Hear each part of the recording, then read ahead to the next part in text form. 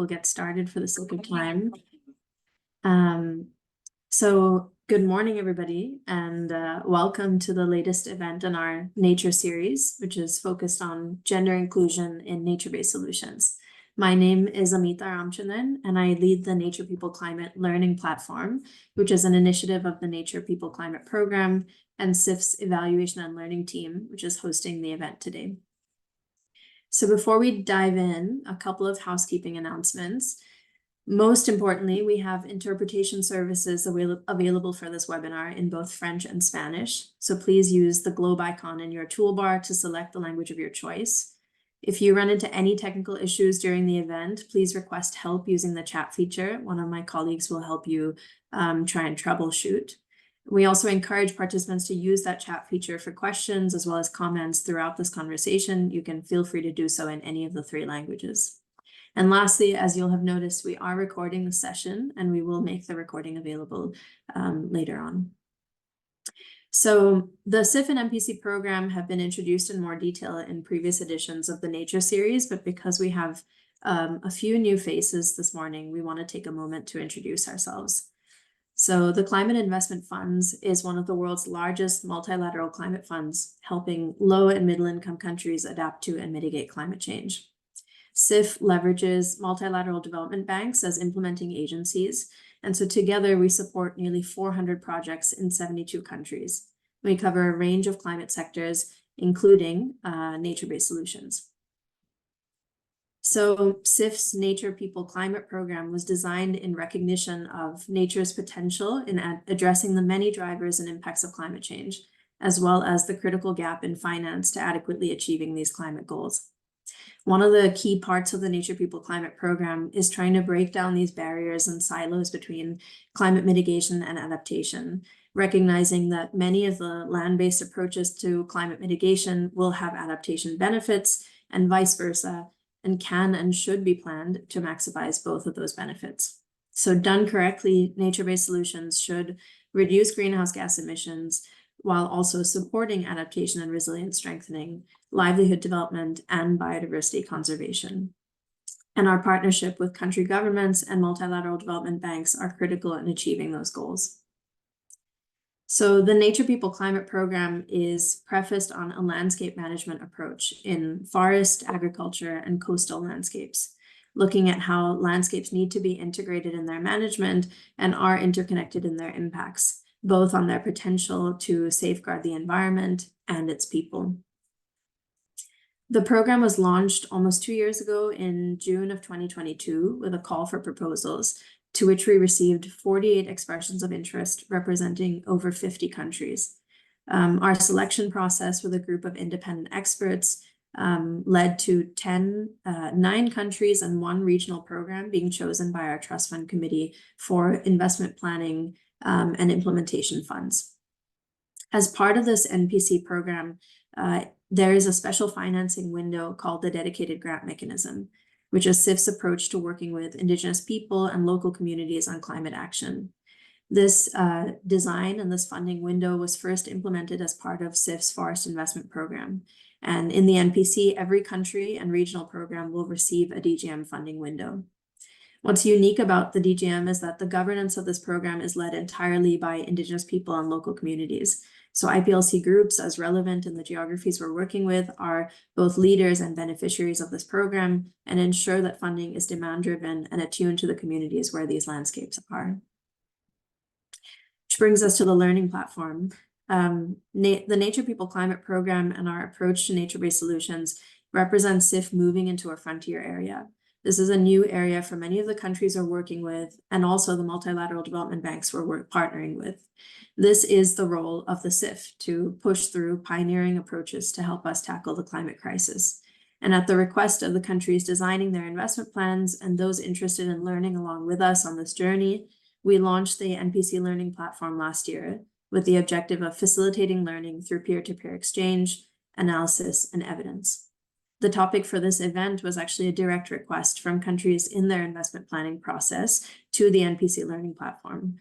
Many of the elements of nature-based solutions, including its link to land rights, its link to governance over natural resources, and livelihood development, make an explicit focus on gender inclusion highly relevant and critical. So we're very excited about this conversation with you all today. And to take us forward, I'm going to hand over to Neha Sharma, who leads the evaluation and learning team here at CIF and is our moderator for the event today. Neha, over to you. Thank you, Amita, for the introduction, and a warm welcome to everybody who's here with us today. Next slide, please. I'll just begin by first introducing why we're here and what are the specific event objectives. As Amita already shared, this is part of the Nature People Climate Learning Platform event. The specific objectives for this event is to highlight the relevance of gender inclusion in nature-based solutions. It's to analyze the barriers that impede women leadership in nature-based solutions, and also to hear from our speakers and also the collective intelligence that we have through the participants in this event to provide guidance on how to advance gender inclusion in climate investments, in access to land rights, natural resource management, and the marine ecosystem management. Next slide, please. To achieve those objectives, we're going to start with a short presentation that will be given by CIF's Gender and Social Inclusion Lead on a new report that's come out on women climate leadership. We'll then enter a panel discussion, and I'll introduce the panelist before the panel discussion. And we'll also have a short presentation by our World Bank colleague on integrating gender and social inclusion in nature-based solutions. So that's the short agenda for today. Next slide, please. So as I said, we're going to start with a presentation by Nina, who is our Gender and Social Development Specialist at the CIF, also the Gender and Social Inclusion Lead at the CIF. She'll be sharing with us what the gender team has found in a study they've done called Harnessing Climate Finance to Advance Women's Climate Leadership. Nina, over to you, and I'll request that you take up to 5 to 7 minutes for this presentation. Thank you so much, Neha. Thank you so much, Amita, and really excited to see quite a significant amount of participants online. Often when we turn to the gender and social inclusion part of discussions, the participation drops in comparison with other events in the series. So really great that we have this interest. But as both Neha and Amita mentioned, there is actually quite a lot of interest from our national counterparts, from the governments that we work with, from our MDB partners in this subject. And before I talk about our background paper on women leadership, I wanted to provide a little bit of a background. So as Amita mentioned, CIF is quite a established fund. We've celebrated 15-year anniversary last year, and gender has always been a focus, but in different variations. We now also are at our 10-year anniversary since we've introduced our gender action plan and gender program, and been having really focused approach in it.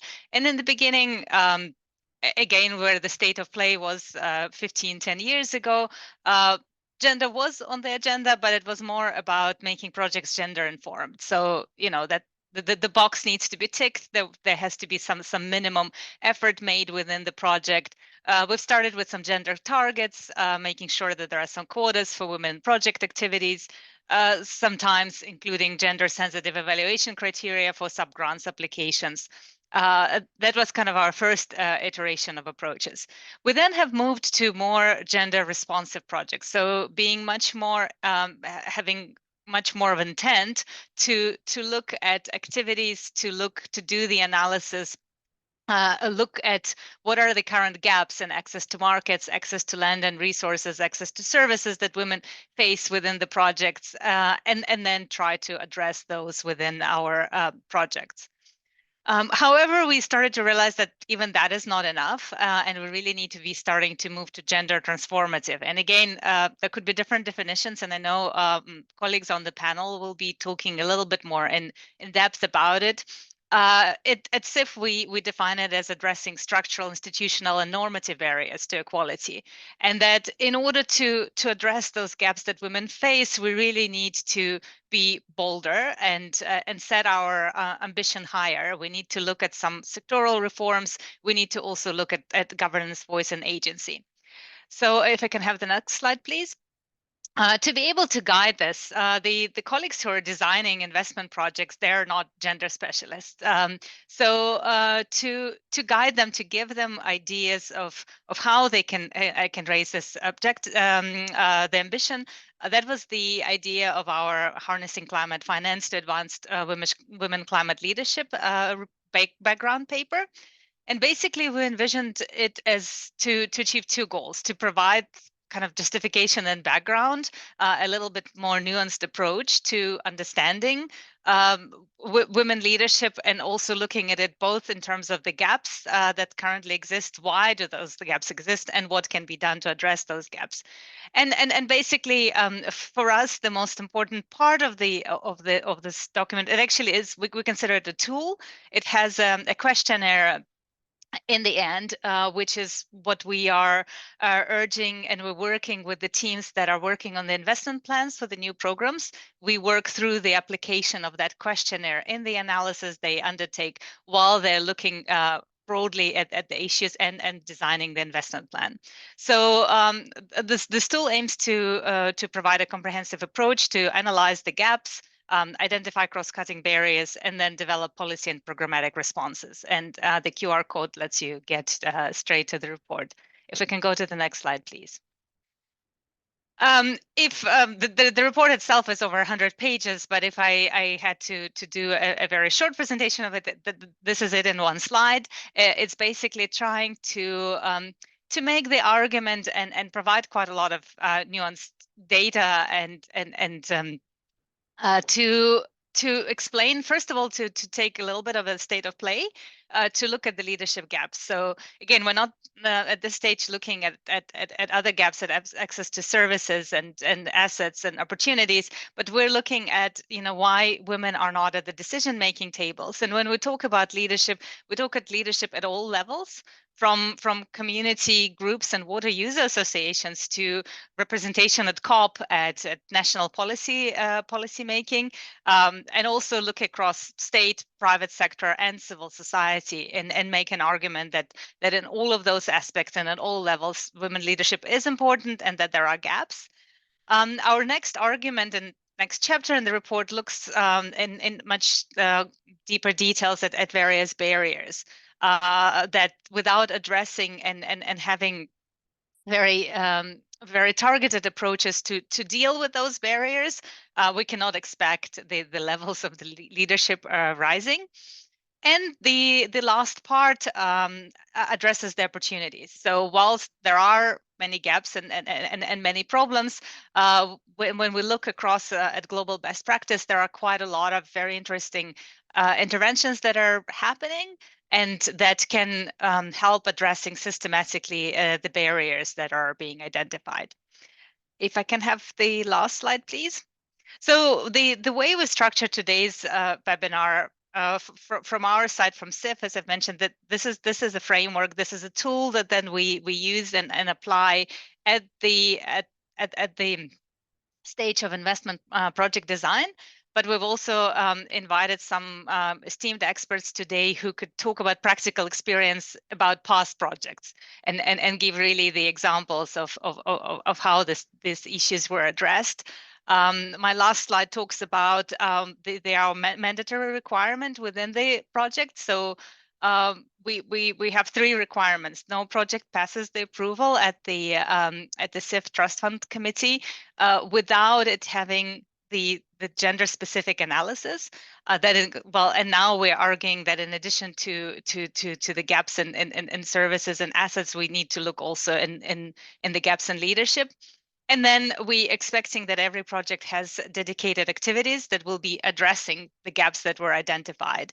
And finally, a very important requirement with which it's still an uphill battle to work on is including indicators, because we can, and this is very often past experience shows that, at the level at the stage of design, there are good intentions and there is some text, and even there are some activities planned. But then if you don't include very strong indicators that are mandatory for reporting, you don't know whether it happened or not, or what happened with the project. So this is how we try to make sure that 5 years down the line, when investment plans are starting to be implemented at full scale, we are able to come back and share with you some success stories. Thank you so much. Thanks, Nina. And that was really interesting, in particular, the way you highlighted the CIF's definition of gender transformative change, and then the practical tool that I see has been put in the chat as well, a link to assess what the gaps are to women in climate leadership. And then lastly, for sharing how CIF is approaching gender transformative change through its programs, but both at the programmatic level and at the project level. So thanks so much for that. And I'd said earlier that we will be leveraging the collective intelligence in the room. This is a moment for us to do that. So if we go to the next slide and launch the poll that we had set up on Zoom, we wanted to hear from you, and then we'll have Nina respond to the results. So Nina, stay put there.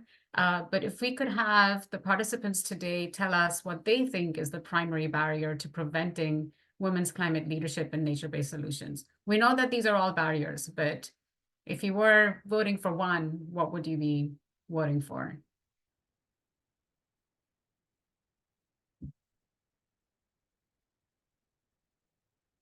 There are 90 of us in the room, so I'll give it a few seconds as people find the poll and start voting. The second question you can skip for now. We'll launch this again. We meant to do this at the end of this webinar instead of having you assess just as we begin. So feel free to ignore the second poll for now, but please answer the first question.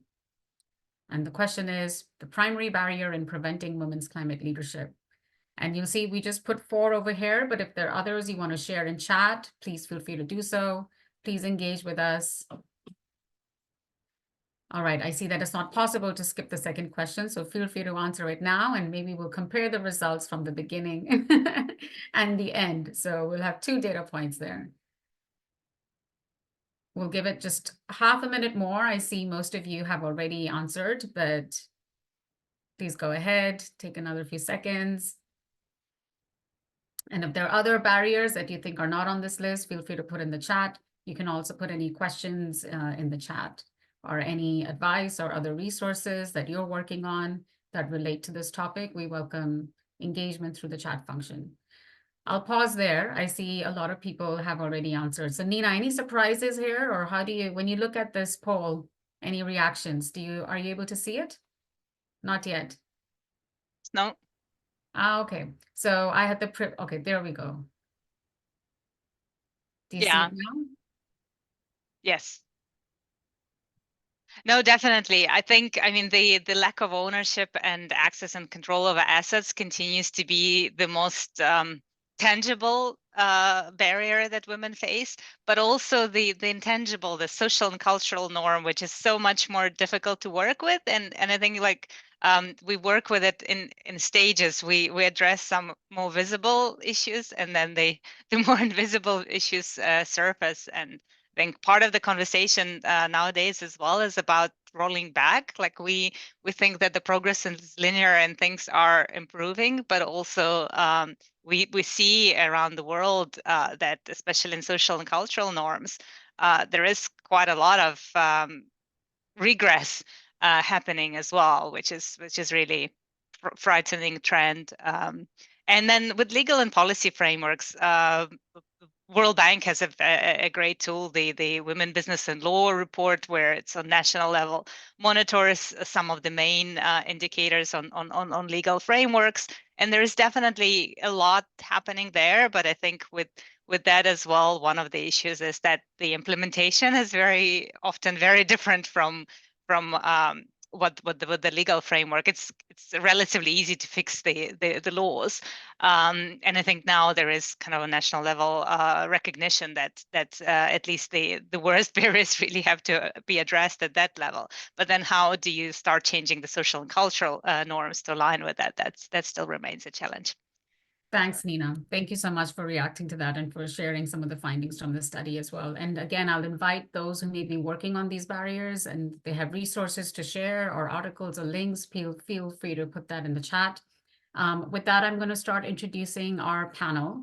And since you can see the results to the next question, I'm hoping to convert those on the scale from 0 to 3 to a 4 or 5 by the end of this panel in terms of whether you're finding this session useful or not through this esteemed panel conversation. So just to introduce the panelists, we have Dr. Anne Larson, who's the Principal Scientist and Team Leader for Governance, Equity, and Wellbeing at the Center for International Forestry Research and World Agroforestry. Anne's research focuses on forest and landscape governance, including property rights, climate change, gender, and decentralization of Indigenous territories. Thank you, Anne, for joining us. We have Katharina Sigman, who goes by Katha, a senior environmental specialist at the World Bank. She specializes in climate change policies, environmental management, gender and natural resources, primarily in the Central American region and Mexico. Welcome, Katha. We have Dr. Anne-Marie Hansen, who is the Interim Associate Dean for the College of Health Science and Technology at the University of Illinois. Her research focuses on gender, pollution, environmental change, and marine ecosystems. So welcome, Anne-Marie, as well. So just to start, you were watching the poll, and I wanted to ask you, according to you and the work that you're doing, what are you finding as the key barriers that hinder women's participation in leadership and nature-based solutions? And also, why is it crucial to address these barriers? I'm asking you to state the purpose of why we're having this conversation today. So what are the barriers? Why are they important to address? We'll start with Dr. Anne Larson. Thank you. Well, of course, as a tenure specialist, I'm very happy to see that got a big vote there. So just to, this is a huge question, obviously, and I am going to focus a bit more on these issues of tenure. The definition of GTAs, I just want to say, I think it's a great definition. I think that the key around the shift to transformative is that it's not just about listening or benefiting women or even empowering individual women, but rather focusing on the critical analysis of those barriers and the co-development of strategies with organized women to overcome them. So I think there's both an element of working with men, working with the structures, working with the government, and working with organizations and supporting collective action to bring about real change. So I think the barriers are different depending on what level or scale we're talking about. Leadership, you've mentioned already the local versus in organizations nationally or even globally. But since I was invited mainly because of my work on tenure and resources, I will focus on that, which also has some of these same multi-level challenges. So first of all, why does tenure matter? There are at least two important dimensions here. So on the one hand, people use natural resources or nature for livelihoods, for well-being and culture. The land, the resources, the forest, the pasture, water, individual trees, all elements of the natural landscape. So not just land tenure matters, but also resource tenure more generally. And on the other hand, nature-based solutions, broadly speaking, require some kind of control over land or resources, understanding these as sustainable management of and use of natural ecosystems and nature. Solutions that don't have any ability to manage or without the ability to manage or make decisions over those resources and those places may not work very well. And those two dimensions may work together or they may work against each other, as when solutions on offer are the ones that take control or access away from local people over resources they need for livelihoods. And these include top-down conservation models, exclusive protected areas, certain approaches to carbon or REDD+ projects or to restoration, to name a few. So the importance of tenure rights is that they need to be secure and recognized and defended by the state and or by customary systems. So what does this have to do with women's leadership? Rights to land, resources, assets tend to be much more precarious for women than for men, and it's not always very secure for rural men either.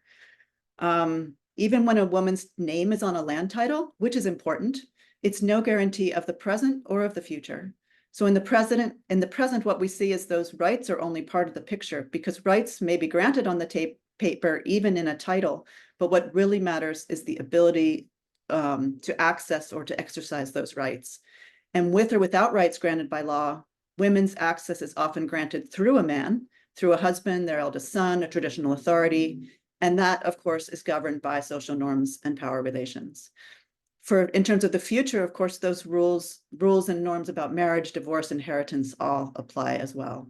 So there's a clear link between resources, the rights and access to resources being fundamental to decision-making about those resources at the household level, to the ability to participate in the governance of those resources from the community level, in collective or customary communities. Of course, there's a whole nother layer of obstacles to women. And from there to the district, state, private sector, NGOs, all of these arenas and relationships are governed by social norms and power relations that tend to exclude women. I don't know if I still have to say why it's crucial to address these barriers. A lot of people voted on this as the most important barrier. And there's a lot of literature out there. There's a great review from 2019 from Meinzendick et al. That shows how women's land rights can be traced, among other things, to natural resource management, improved resilience and empowerment, especially bargaining power, decision-making on consumption, human capital investment and intergenerational transfers, and outcomes such as food security. So the nature-based solutions are going to be better if we're taking this transformative approach. They'll work for more people, for women, for children, for food security, and they'll be able to improve well-being while also supporting sustainability. Thanks so much, Anne. I'm going to ask the same question, maybe go to Kata, you first, and then Anne-Marie. So I'm going to ask you the same question. What are the barriers that are hindering women's participation and leadership in nature-based solutions? Anne, you already spoke a lot about land rights and tenure rights and power relations. And the second part of this question on why is it crucial to address these barriers? We know why it's important to address these barriers for women. I think what I was getting at is why it's important for the world at large and for both men and women. So if you have anything to add to that, Kata. I know we have a self-selected audience here today who I know believe in this, but we're going to record this and put this up as well. So if you have any commentary on why this is good for the planet and humanity at large, it would be great to hear that. So Kata, over to you. Thanks so much. And I think hearing from Anne was the perfect start to this, because coming from a very practical perspective and on the ground perspective, our question has always been, how do we assure these tenure rights and natural resource management rights for women within projects? And there I wanted to clarify just to the audience that I'm in fact one of the project managers of the CIF-funded projects. So a couple of years back, we started designing the dedicated grant mechanism in Mexico in a context of largely communally owned forest in the country, but within that, very little women that actually have tenure rights and very little women that have actually leadership roles within their communities. So we wanted to really step back and look at the situation in the country and see what can we make different and what's inside the scope of these projects to achieve. And it became clear very quickly that we wanted to do two things. One is shift away from a narrative of benefit sharing, because benefit sharing in communities often is everybody participates and then everybody gets benefits. But we wanted to design a project that actually empowers women to participate and that loops in women actively, under the assumption that this then could lead to enhanced leadership, to enhanced voice and agency. And the second thing we wanted to really look into what's beyond structural barriers that are very well analyzed in the country. And we did a series of analytical work that we'd be happy to share through the chat or afterwards, and really talk to women, analyze the situation, and translated a mostly supply-driven approach in projects to a focus on how to enhance demand for these projects. What does it take to motivate women to apply? What does it take for women to actually hear about these projects? How do we create mechanisms that allow women to inquire more, to have their doubts solved or at least addressed? And how can we make sure that those women that have never participated in anything have the same chances to participate than all the others that might be very established? And just to mention quickly, the DGM has actually been quite successful in Mexico. We now have 22 more female leaders in the DGM than in other forest sector projects.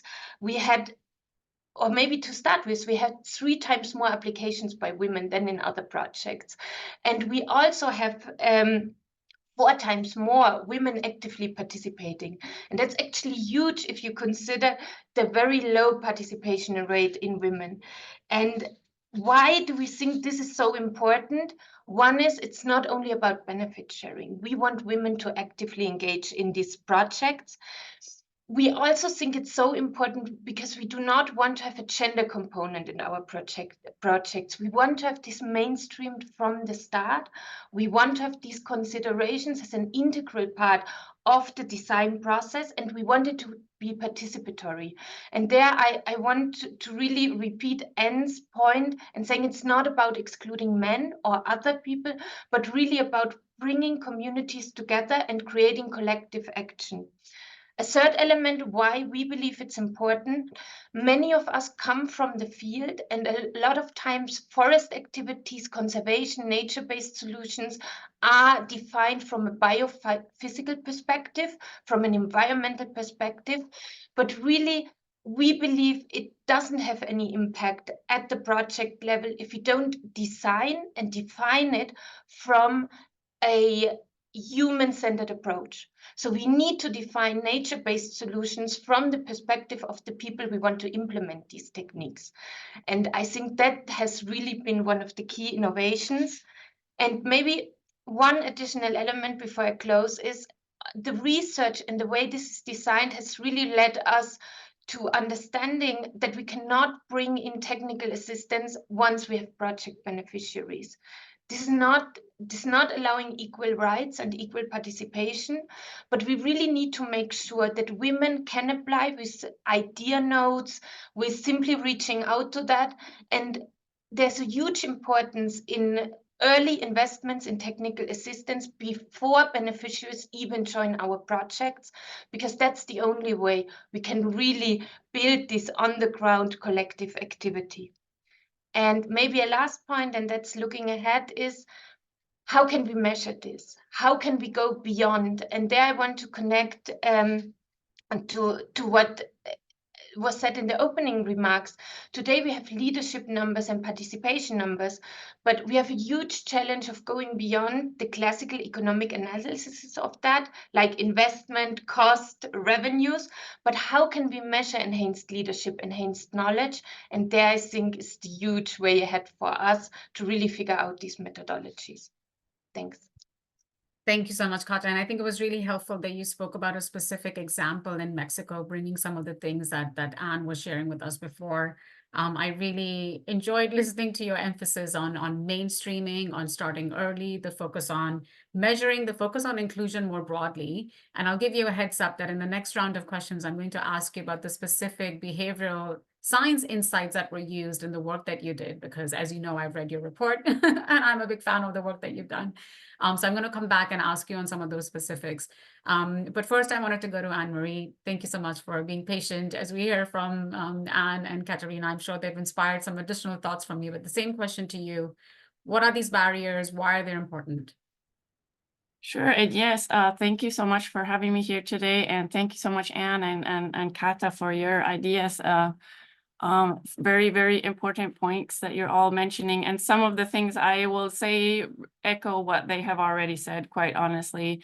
Almost all of the work that I have done has been involved in coastal and gender mainstreaming in coastal and marine ecosystem management.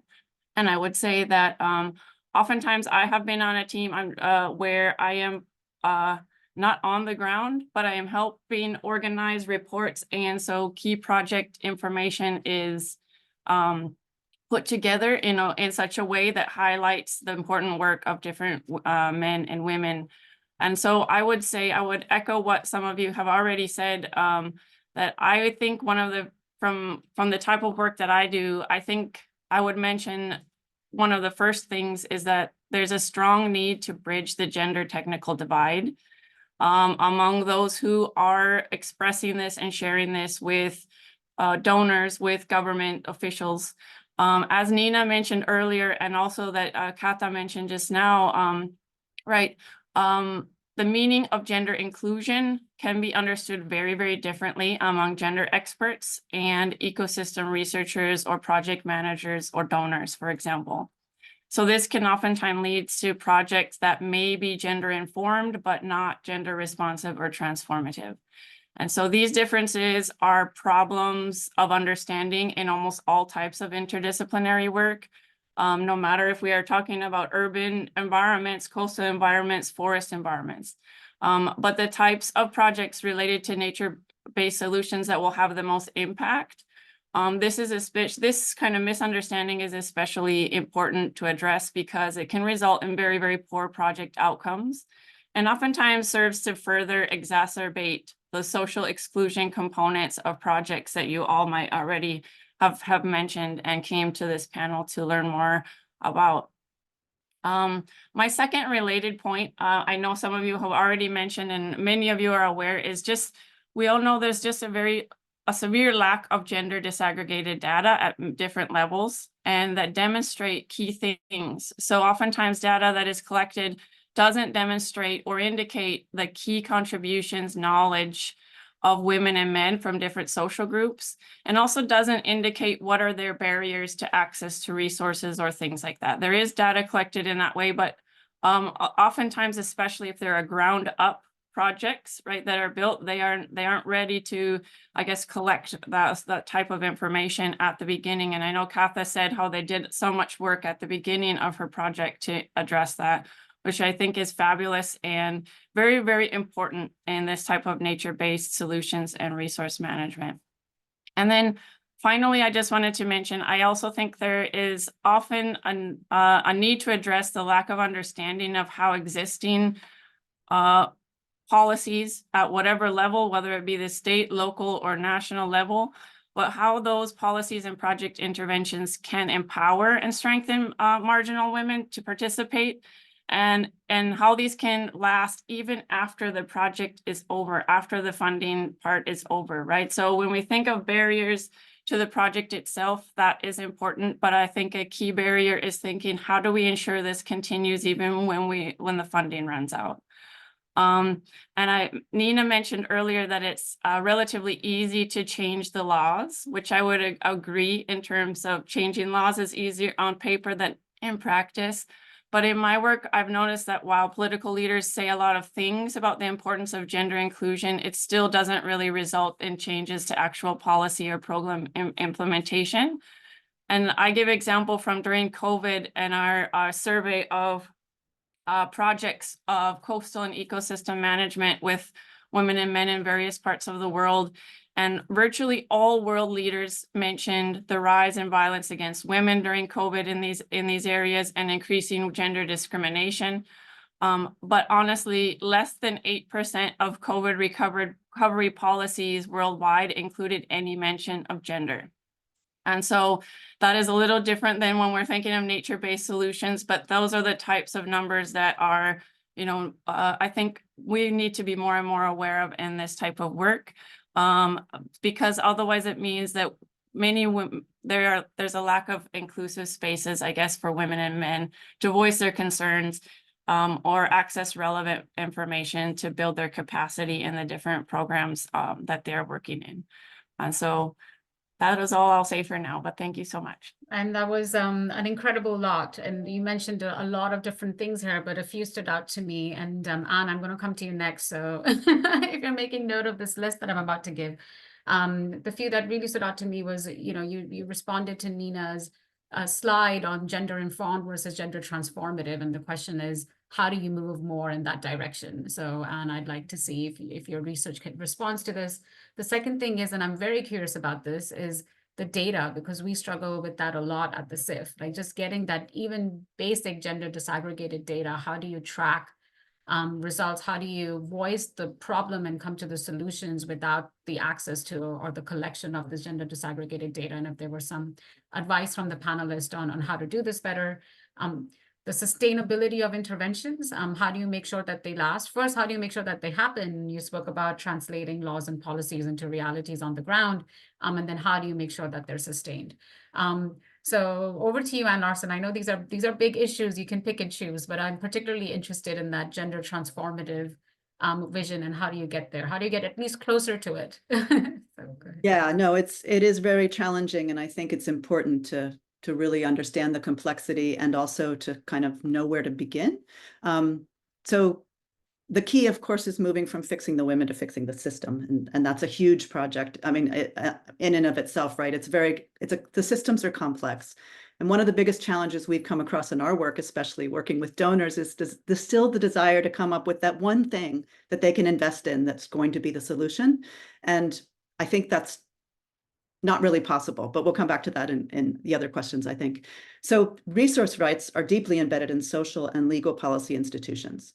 The interventions then need to target both formal and informal institutions and across multiple scales, from the individual to larger society. Sorry, this is easier to show in a graphic, but if you can picture a scale from informal to formal on the horizontal axis, and from individual to systemic, but going through household, collective, community, society, then you create sort of 4 quadrants of action, as well as recognizing that there are these different layers of or scales of action. So if no singular approach can address these multiple and overlapping barriers to women's land rights, how do we begin? So we've already heard a lot about this, the importance of analysis, really getting to the deep analysis on the ground.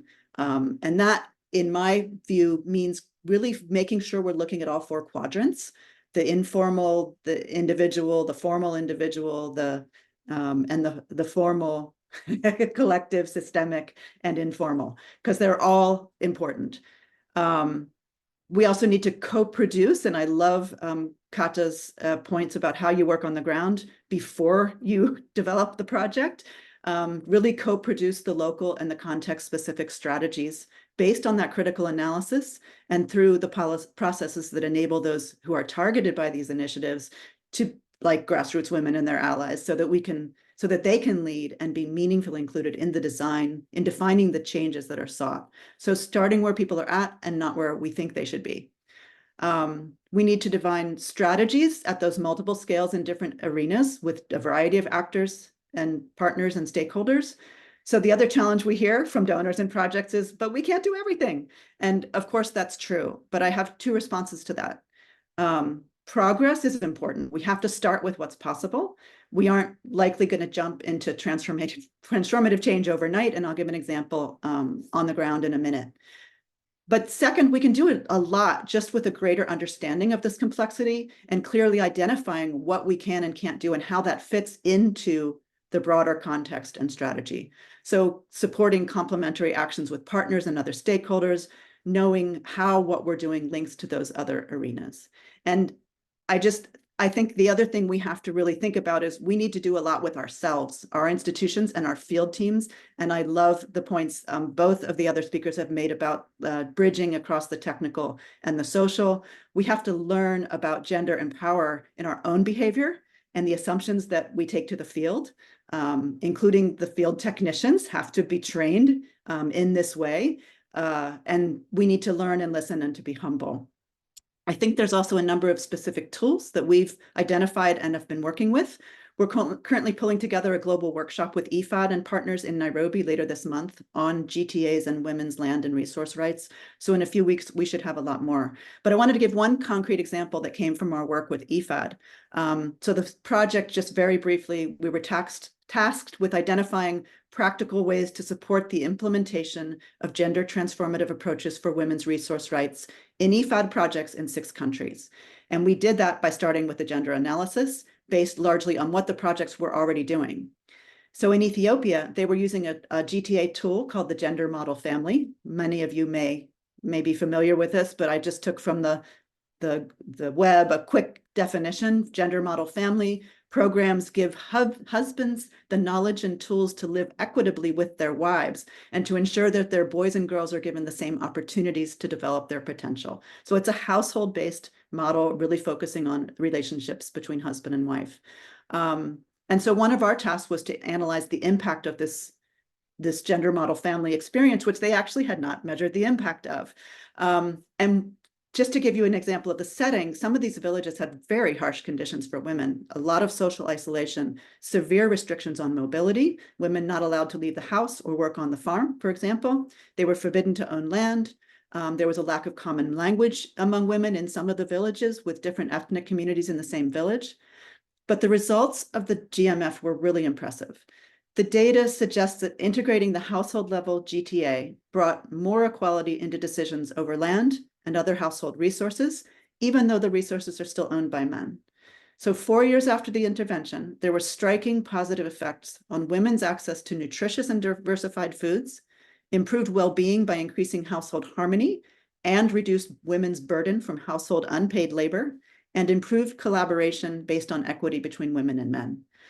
Is this transformative?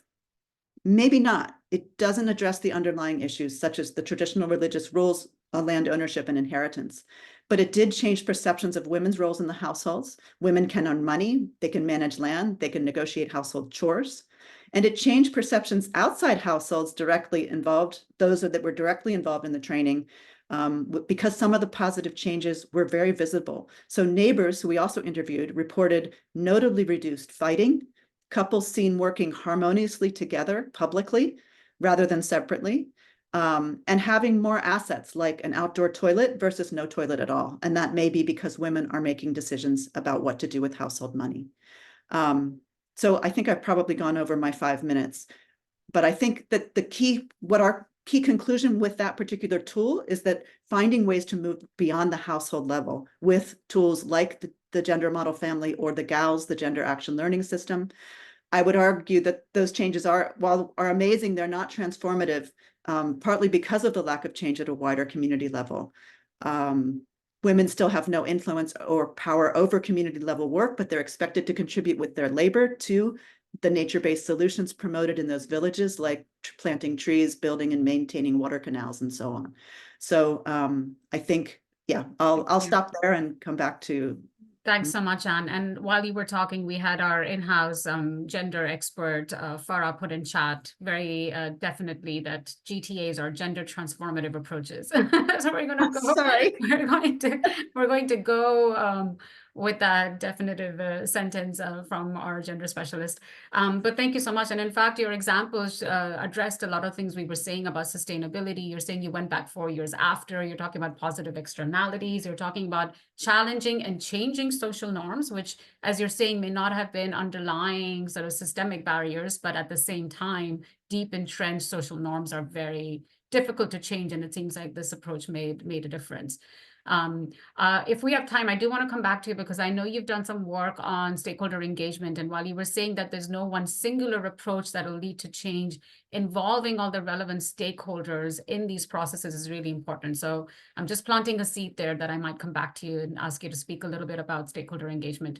But first I want to go to Kata, and I'd lined you up and queued you up for that question about behavioral science and the use of that. And if you could share a few more specifics, because they were so interesting about the study that you were speaking about, and what were those exact interventions and how you used behavioral change to challenge the social norms that we were just discussing. Thanks, of course. And maybe let me start by something. A lot of the things that came out of our research are actually very intuitive, and that are things that working on the ground or working in natural resource management could have occurred to anybody. But I do think that the real added value here is twofold. One is creating clear evidence on the cost and impact of this measure, like being able to showcase to decision makers, project developers, or donors that a relatively small investment in certain aspects, and I'm coming to that, can actually have a huge impact. So being able to having this quantitative evidence, I think that was key. And the second issue, and I do think that's the main aspect we are working around, is a lot of us are deeply convinced on the appropriateness of these measures, on the necessity.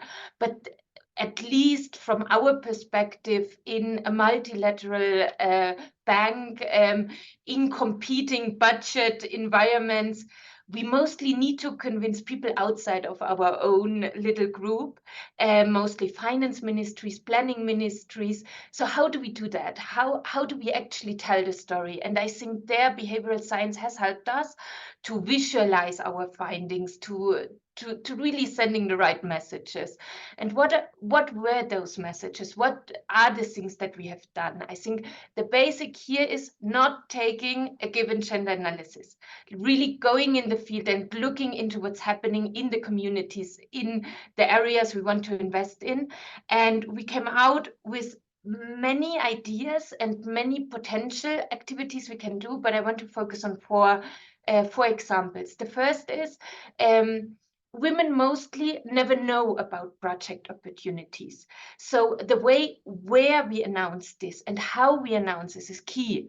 And there I think we could announce a project on nature-based solutions, but we could also simply tell women, do you want to enhance your family income? Do you want to send your children to school? And then once they're interested, really explain them, what is this about? So really creating interest, creating aspiration to participate, this was key. A second item here is recognizing things that women already do. And there I want to come back to a couple of questions I was able to read in the chat, and that is time scarcity, childcare, a lot of labor within the households that women still cover. But also a recognition, I think, from our side that women are actually quite extensively engaged in natural resource management. And we actually entered from that perspective and asked ourselves, what are those activities you are already doing? Could these be nature-based solutions under our definition? And that goes back to a thing I said earlier, define nature-based solution from the perspective of the people, not under biophysical criteria. And they do match, but they match once we really speak to people. And there, a key thing we did in the Mexico dedicated grant mechanism is recognizing backyard activities, traspatio in Spanish, because that's mostly where women work. And that's mostly where they're comfortable doing things, and they're actually very extensively engaged. So by making it explicitly eligible under the project, we motivated a lot of women to apply. And that comes with an additional element I want to explain to you, and that is we explicitly favored social networks and collective action. And that is because in a lot of the communities we targeted, because of deforestation drivers, because of forest coverage, because of vulnerability, there were no or very little activities led by women. So we figured that to the extent that we can group women, we make them stronger, not only before their communities, but overall. And a lot of technical decisions we took were actually based on the fact that by aggregating what women do, we can create impact at a larger scale on forestry and nature-based solutions, but really also on the social side. So bringing women together, enhancing their leadership as a group, and really enhancing their voice and agency within their communities. And we really worked around these concepts in a let's say, in a combined manner. It's not one or the other. And also let you say that many of these solutions are actually very cost efficient. They don't require large investment, but what they require is an early engagement and a true commitment on tackling these issues at project design. Thank you so much, Kata. And I really appreciated your last point about a lot of these interventions being cost effective, and in what you were described, I thought those 2 points that you just summarized were really pertinent. The fact that you need to go early and that actually some of these can be quite cost effective. So Anne-Marie, any response to that? And specifically, if I could ask you how we can design nature-based solutions so that the benefits can be shared by all. So we heard from Kata a few examples of this, but I was wondering if you had a few more or some additional ideas specific to nature-based solutions. Go ahead. Sure. And I think that, yes, Kata said so many things that were specific to a program, which is really helpful. And I would say, again, what I will add is very much similar to that. Not necessarily adding new ideas, just maybe a different context or nuance. But from my experience working in coastal areas, the same thing is that programs are the most effective when they start by clearly validating and utilizing the different capacities and knowledge of men and women in the different social groups in the area. As you all have already mentioned, right, and especially in coastal areas, men and women have very specific responsibilities and work related to natural resource management. And as Casa just said, women are quite already extensively engaged in activities that will contribute to nature-based solutions projects. But men and women have different skills and knowledge, both paid and unpaid household responsibilities, and they contribute differently to commercial and subsistence economies. So these types of things are the things that should be recognized and documented before implementation, but also finding ways to, in indicators of this throughout the project cycle. I can get, for an example, where I have worked, there are various programs focused on sustainable fishing. What we found is that the fishermen who go out on boats are not the only ones who are impacted by that program focused on fishing, right? That is oftentimes related to, overcatch or things of having to set up regulations for those who actually do the fishing. But those aren't the only people impacted by the financing or regulations. There's fish processors, perhaps shellfish or oyster harvesters, fish sellers, and others whose knowledge and work is essential to establishing, right, the long-term economic and environmental sustainability. So, right, we need to have better ways to support the capacity of all the individuals in different aspects of the project. And as I already mentioned, ensuring really that we have the data that is collected that highlights those differences, because ultimately the data will inform future projects, but also might have that impact on politics and policy that I mentioned and others have mentioned earlier. So similar thing can be said for governments and local places that are adopting a blue economy approach. So oftentimes with the blue economy, there's a focus primarily on addressing the most polluting activity or the most economically impactful sectors in the blue economy. But then when we find that the other formal or informal sectors or stakeholders do not have a shared understanding of the goals or of the problems that are being addressed, then we have a misalignment around the aims and a commitment to projects, and they can easily fail to meet their goals. So with that, we're creating safe spaces for different stakeholders to be involved, to share their opinions and challenges, right, as I mentioned something earlier, often just thinking about what comes next out of the project.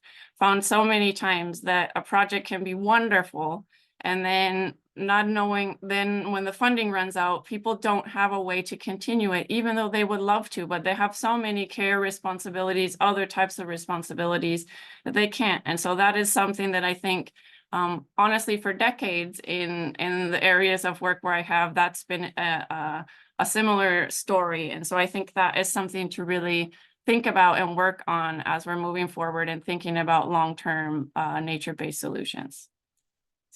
Thanks so much. And then thank you to all the panelists for bringing up some of the challenges, but then also sharing some of the ways in which these challenges can be or are being addressed.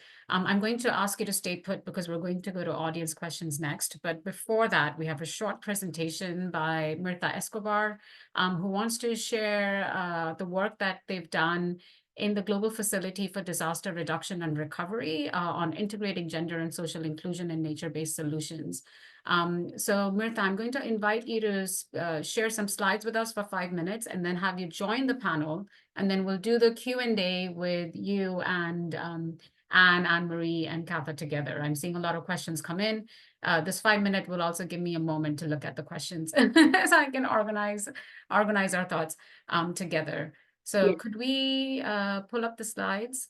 Yes, that will be perfect if you give me just 1 second. And Mirtha, I know you were listening intently to the discussion that just happened. So if you, in the course of your presentation, want to respond to some of the questions that were brought up by the panelists, do feel free. Thank you. No, it's great. Thank you so much for having me. Yeah, and I think, I mean, it will all reinforce each other's points, which I think is great. Just give me 1 second. It's not pulling the presentation. I don't know if you could let me know when you see it. That would be great. We see something happening, so maybe a few more seconds. Oh, and it's gone. Could you try what you were doing again? Is getting stuck. I don't know why. Could I request Okay, I something think happening that's again? what it is now. Yes, we see the slides and your notes. Okay. So if you want to put it in presentation mode, I then think maybe that's what it is. perfect. Yeah, Great. perfect. Oh, yeah, go for it. Awesome. Thank you so much. I'll try not to take too much time. I know a lot of things have been saying. The panel has been great and coming up with really good insights. Just want to introduce myself. My name is Mirta Escobar, and I work as a disaster risk management specialist for GFDRR. GFDRR stands for the Global Facility for Disaster Reduction and Recovery. It's a facility that is managed by the World Bank. And it works helping developing countries better understand and reduce their vulnerability to natural hazards and climate change. For today, I'm here talking about two of the programs that we work on as part of our initiative.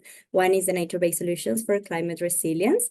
And the other one that I co-lead with my colleague Zoe Trojanes is the inclusive disaster risk management and gender equality, which is a cross-cutting topic in everything that we do. As we have heard, like nature-based solutions over the couple, we have seen a lot of demand from countries over the last couple of years, and GFDRR has been actively expanding its nature-based solutions programs, basically working along the lines that were described today, ensuring that the programs that they fosters for investments enhance climate resilience worldwide and also are inclusive in nature. I'm going to go to the next. Hold on. Sorry, I think I'm going to just change a little bit. I did a shorter version of the presentation. Niha, just so that we could save a little bit of time. Great. No. So let me switch to that because I didn't want to go into all the detail, but I don't know why it didn't pull my. Are those the slides you'd also send to us? Then I can. Yes, that's the one that. Can somebody on my team please pull up the slides and. That'll be great. So then I'll continue. Yes, please continue. Talking. So just to yeah, that's perfect. That's the slide that I needed. So in the previous year, our team worked on the dissemination of a guidance note that focused on the integration of gender and social inclusion within the framework of nature-based solutions for resilience. I'll be sharing the document through the chat shortly so that you can have access to it. As you will see these notes, and I had the opportunity to learn from Nina the work that the CIF have done. This note, I feel it complements the work that has been done and basically builds on how to improve the effectiveness of NBS interventions across diverse landscapes, including urban environments, rural settings, forests, and farmlands. One thing that maybe I want to mention from this note is that it closely aligns to the need that Nina mentioned at the beginning about how to measure results. So the way that we did our note was using the World Bank gender analysis, with also I think some of the panelists mentioned during the discussion as being one of the main tools that is being used to assign these interventions. And what we did is to take the different settings, so the urban, the rural, forest, and farmlands, apply the gender analysis and identify some potential gaps, targeted actions, and measurable indicators that could bridge these gaps in the context of NBS projects. So I think that's what the added value that comes with this note is that it provides that additional analysis. Can we go to the next one? Thank you. And then I really don't want to repeat what we have heard from other presenters, just reiterate some of the main messages. What we have heard is that clearly inclusivity is essential for the success of NBS projects and interventions, as it ensures the equitable benefits by addressing gender and social gaps in project design and implementation. I think what very aligned with what was discussed today by all the panelists, our report, what we did is like look at 2 different projects, studies, best practice, to coming up with some of the main recommendations. And 3 that I want to highlight here today is, of course, the importance of development strategies that are tailored to specific situations. I think that came across on some of the examples that the panelists were providing, especially some of the examples that Kat and Anne provided. Also, another topic that was discussed is how to obtain data, how to use it effectively to focus interventions and get the most of the development outcomes.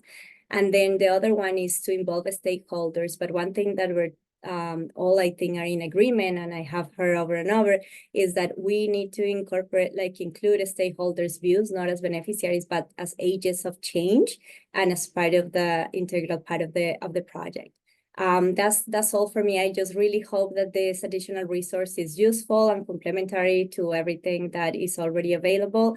And I appreciate the opportunity to contribute to this discussion. I will also share the contact information for our team in case there is any questions or any follow-up. Thank you so much. That's all for me, Neha. Thank you so much, Martha. And if you could just stay put, because your report and your work may help answer some of the questions that we've received. I'll pose the first one, and I'll see if maybe up to 2 panelists want to take this up, and I'll leave it to you in terms of who. But there are questions about the double burden that women will suffer. We spoke about, for example, the scarcity bias from the behavioral science world. So women face a scarcity of the time that they need to spend on different activities and the mental effort required to do these. So what can we do to address this double burden that women may suffer? How do nature-based solutions balance the need for women empowerment, ownership, and participation while avoiding the increased burden of unpaid work? Any insights here? I get to pick if you don't. Yeah, go. Thank you, Anne, for raising your hands. Go for it. Sure. I mean, I think it's certainly in all the work I've been doing so many years in rural communities, that the burden of in the household is absolutely essential to, to solve in some ways. And I think that's really one of the key things to this gender model family is that's what it did. It started redistributing the burden in the household, and the men saw the benefits of taking up some of the work. And to speak, what people actually said was, the neighbors in particular, when they talked about harmony and couples clearly getting along so much better, they were obviously talking about things beyond, just sitting and having tea together. They were seeing that couples were getting along better. They were more intimate. And that, I think, gave a huge appeal from the neighbors who were watching this, as well as obviously the families who were involved. The drop in domestic violence was significant, and it was because of this approach that was very hands-on and at the household level, which of course is fantastic to see those kinds of changes, and to see men taking up some of the burden because they see the benefit that women's in a better mood. I think those are really, really important. At the same time, it's such a microcosm of what we need to deal with. It's the household. And I think I don't want to take issue with saying that these things aren't expensive, because obviously there are many things that one can do that aren't. But in fact, one of the problems this project has is how to keep doing this, because it is expensive. It involves really in-depth relationships with couples around a bunch of villages, and it's a lot of resources. So I think really understanding the cost benefit of these kinds of things is going to be important, because in general, what I see is that it is a bigger cost up front to really focus on inclusion, and especially transformative change like this. So we need to show that it's worth it, that it's really worth it in the end. Thanks, Anne. And in your example, you went back and there were still positive results or implications of the work you did, but we've also seen increased rates of gender-based violence after interventions, especially that go in addressing social norms. And there's a question about that also in the chat. When we have interventions that change the status quo and the power dynamics, there could be backlash. So do you have any response to that, or I'll invite some other panelists to respond? And maybe just sticking to you, if you have any quick response to that, and then I want to give the other panelists an opportunity to respond. Yeah, no, I mean, I think that's why you do have to start from the women, and you have to start with what's possible and not put women at risk. I mean, these are very, very conservative communities where there was already a lot of domestic violence. And so challenging those power relations other interventions had tried for 12 years or more to try to bring about these kinds of, to address some of the challenges women were facing. And it was this one that really made a breakthrough. And I think it's because the approach was very gentle, engaging men, and so on. But I'm sure other people probably have some other ideas though. Thanks, Anne. Thank you so much. Kata or Anne-Marie, if you had any. Yeah, Kata, go ahead. I saw you on mute, so I'll give both of you an opportunity to respond. So go ahead, Kata first, yeah. Yeah, maybe from a very practical perspective and combining the two questions. From circumstantial evidence in our projects, we have seen that sometimes creating fixed gender targets can have negative impacts. It can create the wrong incentives. So in fact, we have seen that mandatory women signing into a program or even a co-signature of husbands could lead again to an issue where women don't actively participate, but are only on paper, and worst case, they are forced to do something they actually don't want to do. So I think there are three main elements that we have identified, and there could be even more. One is this bottom-up approach of establishing project in an integral manner with women, with men, with the communities. So while we target female-led activities, always include the community, build a consensus within the spaces they live and work in. A second issue is, and that relates both, I think, to gender-based violence and to time constraints, really look into what women are already doing. Many of them are engaged in natural resource management, but not always are these activities recognized by our projects or by donors. So there's a real effort to really looking into how can we acknowledge all the work that women are already doing and that actually contributes to our projects. And the third element, and that goes back to donors, to us as project developers, we need to repurpose project resources. We need to not only spend on investments or technical assistance, but really integrate childcare in our projects, make it an eligible expenditure.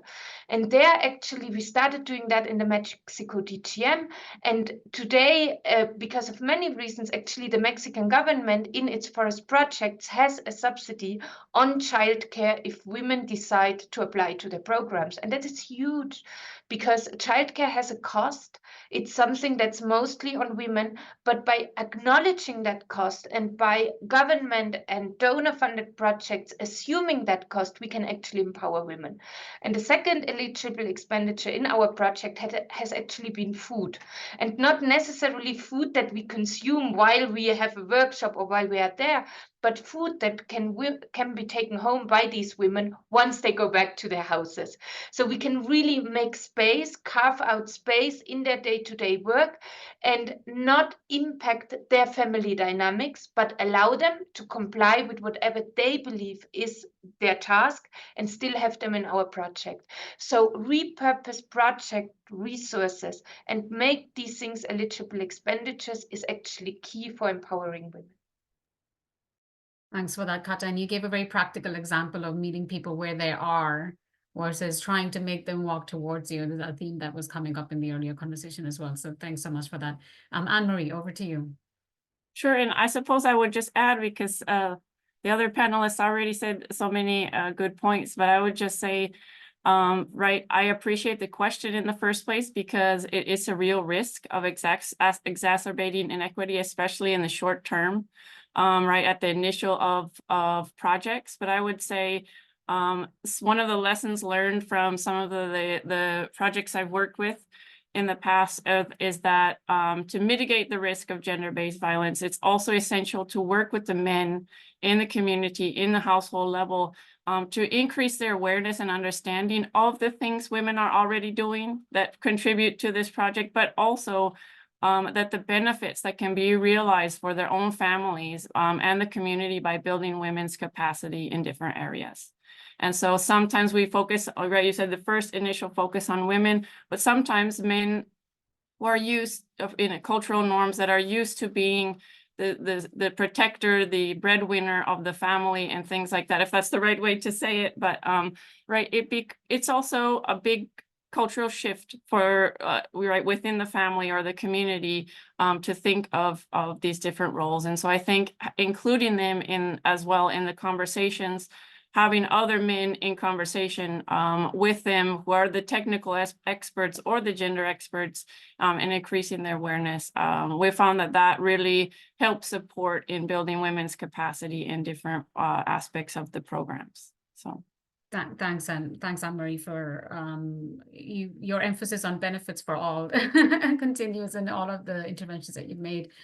We have a question in chat about if the presenters have any experience collecting data on capacity to aspire and the changes that the project or intervention unlocks. Any experience here on capacity to aspire? I don't know who that question came from, but if you would like to unmute and explain further, we'd welcome that. I don't see any hand raised.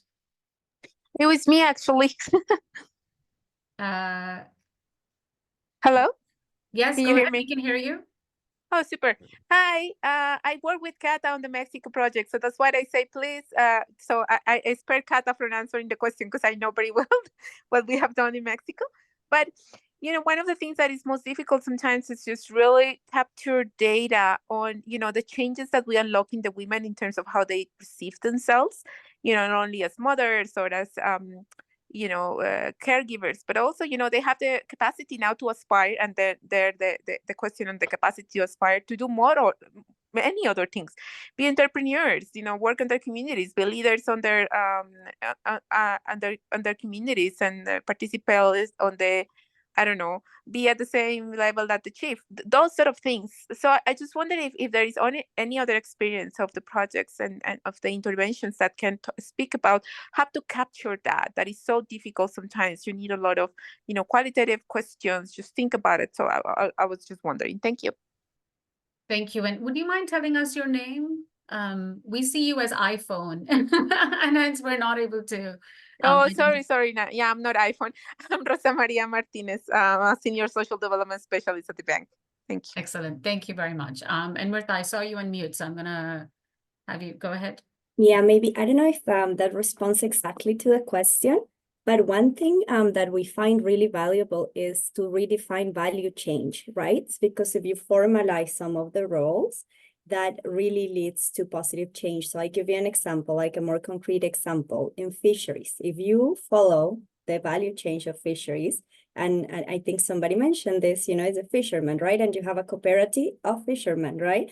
But then when you go beyond that, and it's like, what it is that really do you need to have in place for the fisherman to be able to clean the fish, take it to the market, storage? Like, there is a whole different redefinition of beneficiaries of what the value change is. So in terms of, for example, beneficiaries as a subsidy, so it's no longer the fisherman that is part of the cooperative, but it's just more redefined about the value change that helps in terms of the whole process, right? From like the fishing to the market to the distribution of benefits. So things like that, I think that help to get, because I feel that sometimes what happens is that a lot of these roles are validated. Like, for example, if we're doing a stakeholder workshops, or like everybody's really in agreement socially of what this looks like.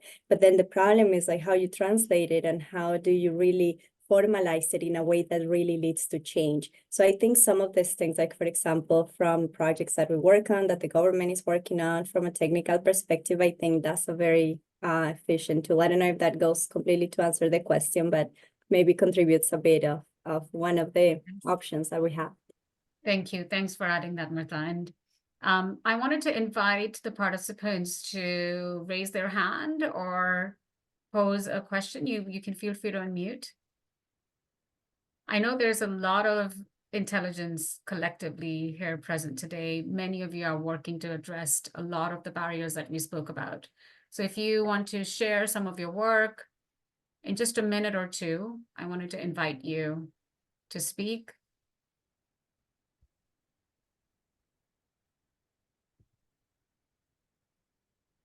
Otherwise, I'll call out people I know. Just joking. There are plenty of you here whom I do know and are doing really interesting work. Victoria, go ahead. Hi, yeah, sorry. I typed it into the chat, but maybe it went to the wrong AI bot or something. My question was, so I did the very brief research while listening to people of what the process is in terms of the household level work, because I'm interested to see if there is, frankly, a step-by-step guide that is in plain language that I can pass on to partners who I know are happy to include this, as long as it's easy and they don't need to hire some expensive person like me to advise them on it. Any advice from the panelists? Well, certainly the gender model family, I think someone even pasted it in the chat. There's a where it was pioneered in Ghana by Send West Africa. So there's that. There's a lot of examples out there of with guides, very specific guides on how to carry out the gender model family in particular, as well as GALS, which is the gender action learning something. So there are quite a few, and I mean, we're in the project we're doing right now with IFAD, we will be putting this stuff eventually on all of our website. And IFAD actually has a compendium, a whole how-to manual that has tons of tools in it, gender transformative tools. So there's lots out there. And I guess we could maybe after the webinar collect some of those links and send them to participants. That's a very good idea, and we'll take that up and do that. We just have 2 or 3 more minutes, and we've had some fresh questions arrive. So I'm going to pose them and see if somebody from the panel wants to respond. We focused a lot on women at the individual household level as well, but there's a question about how, when and how should we include women's organizations from civil society in this work? So any experience with working closely and engaging women's organizations? Yeah, let's start there. And then if somebody has any experience for projects done for women's shelters, I'll just leave those 2 out there. And yeah, Kata, go ahead. On the women organization question, and again, it might be very specific, but we have actually made an effort to enhance our project outreach through organizations that are already established and well recognized on the ground. We found that by having trusted counterparts for the women, it's much easier for us to announce new project opportunities. Most of us do not come from these areas. So actually the outreach through CSOs has been a central element. And I posted earlier in the chat a paper we published where in fact this is well described and where we have been able to gather evidence on how the way we communicate, and specifically through organizations and through women organization, has actually led to more women feeling comfortable collaborating with us. Thank you, Kata. We are at the end, and I have to pass to my colleague for a wrap up, but I'm wondering if there are any last words, maybe 30 seconds each. Just what your key takeaway might be after hearing everything that you heard today, or just anything that you didn't have a chance to share, but very briefly. Kata, you were speaking already, so I might go to you first. I already said so much, but if you're interested in any of the work we do, we'd love to collaborate. We love to bring this to other projects, and we do truly believe that the DGM has been an opportunity to test, to find new ways of doing things. But now really our idea is to scale this up, bring this into other environments, larger projects. So many thanks for giving me the opportunity to share our experiences today. Thank you, Kata, and it's been a pleasure to partner with you on this work too. Anne-Marie? I would just say thank you so much for inviting me here today. And also, right, as I mentioned, all of my work relates to areas in coastal ecosystem and marine ecosystems. And so I would also love, you know, if anyone wants to reach out, I am available. And I don't know what else to say at the end. Thank you. As I said so much, but this has been a wonderful conversation, and I appreciate being here. So that's fantastic. No, this open invite for people to reach out to you and for you to share your expertise and engage them in your work is a great way to end the session. Anne Larson, any other? No, just to thank you again as well. I think this is it's great to meet other people who are doing fantastic work and see how these how these different ideas come together. I guess if I had one message to take away, I would say invest in the social science. Invest in the social science. A lot of nature-based solutions are really still working with, the field technicians who don't have any social science experience. And no matter how great our ideas might be, there has to be that local engagement, and people the people who go on the ground have to have the same plans and values and goals as our ideas about doing things more in a more engaged way. Thank you, Anne, and that I'm sure resonates with Victoria, who was sharing some of those challenges in getting engaged. Mirtha, last 30 seconds to you, and then I'm going to hand to Amita. Thank you. No, I just wanted to, I think a lot of things have been already said, and it's great to see we're all on the same page from different perspectives. One thing is, I think, is the data collection. I think every single intervention is an opportunity to collect data, and we just need to find what is the way.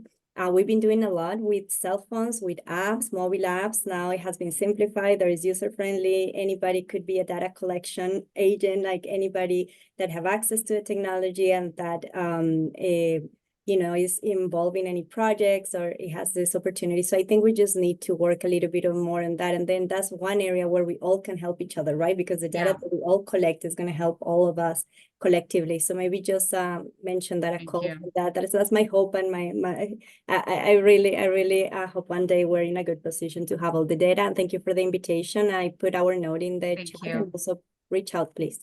Thanks so much, Mirtha. Thank you to all the panelists. Amita, I'm going to hand to you for the closing. Thank you. Thank you so much for the rich discussion and insights. I won't attempt to summarize this, and we only have a minute or so left, but thank you for such a valuable discussion. I'm grateful that this platform was able to elevate the work, including the frameworks, the guidance, the case studies that so many different institutions and actors have contributed to this question. And thank you to the participants for a great turnout and very active engagement, and many useful resources shared in the chat. We will try and collate them and share them back with all the participants. We did launch the poll. Would love to get your feedback. I'm already seeing quite a few inputs, and I'm glad to see the skew very much to it being a useful event and people finding the content useful. So I'm glad to hear that. The NPC Learning Platform is here to facilitate conversations like this, and we're always looking for input on what to do, what to focus on and what to work on next. So I'm going to drop my email address in the chat. I'm really happy to hear input on session ideas and how to continue this conversation moving ahead. And to end, thank you so much to the panelists, to Neha, Nina, Anne, Katharina, Anne-Marie, and Mirtha. This was a really, really interesting conversation, and thank you for your time. Thank you all. Thanks so much for joining. Thank you so much to everyone. It was really great. Thank you. Thank you. Bye-bye. Thank you. Goodbye.